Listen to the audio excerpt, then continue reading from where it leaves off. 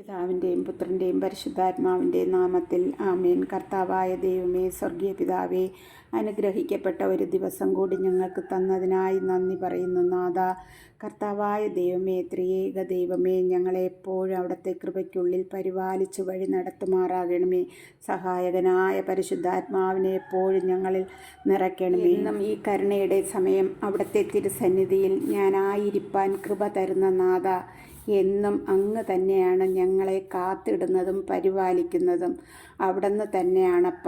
ഈ കഴിഞ്ഞ മണിക്കൂർ വരെ സമാധാനത്തിൽ ജീവിപ്പാൻ പരിശുദ്ധാത്മാവിനാൽ നടത്തിയ കൃപകളെ ഓർക്കുന്നു, സ്തുതിക്കുന്നപ്പ. നാഥ, എന്ന് അങ്ങയുടെ മക്കളായി ഞങ്ങളെ നടത്തിയിടണമേ. അങ്ങയുടെ മുഖത്തേക്ക് നോക്കുന്നത് എത്രയോ ധന്യമാണ് ഞങ്ങളുടെ ജീവിതം. ഞങ്ങളുടെ മുന്നിൽ കൂടെയുള്ളതിനായി സ്തുതിക്കുന്നു. ഇനിയുള്ള കാലം അത്രയും ഞങ്ങൾ അവിടത്തെ കാണുവാനുള്ള കൃപയാൽ നടത്തണമേ.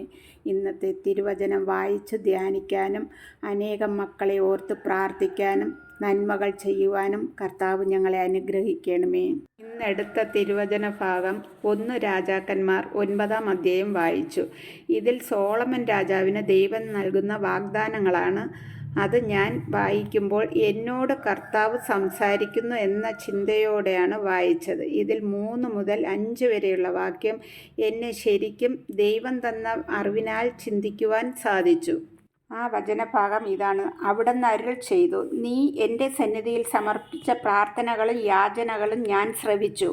നീ നിർമ്മിക്കുകയും എന്നേക്കുമായി എൻ്റെ നാമം പ്രതിഷ്ഠിക്കുകയും ചെയ്ത ഈ ആലയം ഞാൻ വിശുദ്ധീകരിച്ചിരിക്കുന്നു. എൻ്റെ ഹൃദയപൂർവമായ കടാക്ഷം സദാ അവിടെ ഉണ്ടായിരിക്കും. നിന്റെ പിതാവിനെ പോലെ നീയും ഹൃദയ നൈർമല്യത്തോടും പരമാർത്ഥതയോടും കൂടെ എൻ്റെ മുൻപിൽ വ്യാപരിക്കുകയും ഞാൻ കൽപ്പിച്ചതെല്ലാം നിർവഹിക്കുകയും എൻ്റെ ചട്ടങ്ങളും നിയമങ്ങളും അനുസരിക്കുകയും ചെയ്താൽ ഇസ്രായേൽ സിംഹാസനം വാഴാൻ നിന്റെ വംശത്തിൽ സന്തതി അറ്റുപോകുകയില്ല എന്ന് നിന്റെ പിതാവായ ദാവീദിനോട് ഞാൻ വാഗ്ദാനം ചെയ്തതുപോലെ ഇസ്രായേലിൽ നിന്റെ സിംഹാസനം ഞാൻ എന്നേക്കും നിലനിർത്തും. കേൾക്കുന്ന സഹോദരങ്ങളെ, നമ്മൾ പ്രാർത്ഥനകളും യാചനകളും കേൾക്കുന്നതും നമ്മെ വിശുദ്ധീകരിക്കുന്നതും കർത്താവിൻ്റെ ഹൃദയപൂർവമായ ഒരു അനുഗ്രഹം എപ്പോഴും ഉണ്ടായിരിക്കും. അതിന് നാം ഓരോരുത്തരും നിർമ്മലമായ ഹൃദയത്തോടും സത്യസന്ധതയോടും കർത്താവിൻ്റെ കൽപ്പനകൾ അനുസരിച്ചും ജീവിക്കണം. അങ്ങനെ നാം ജീവിച്ചാൽ വചനത്തിൽ ദൈവം സോളമന് വാഗ്ദാനം ചെയ്തത് നമുക്ക് തരും. നമ്മുടെ തലമുറകൾ നശിച്ചു പോകുവാൻ ഇടയാകില്ല. കർത്താവിൻ്റെ രാജ്യത്തിൻ്റെ ഓഹരിക്കാരായി മാറുകയും ചെയ്യും. ഈശോപ്പ, ഈ കരുണയുടെ സമയം ഞങ്ങളെല്ലാവരെയും അവിടുത്തെ കരങ്ങളിൽ സമർപ്പിക്കുന്നു.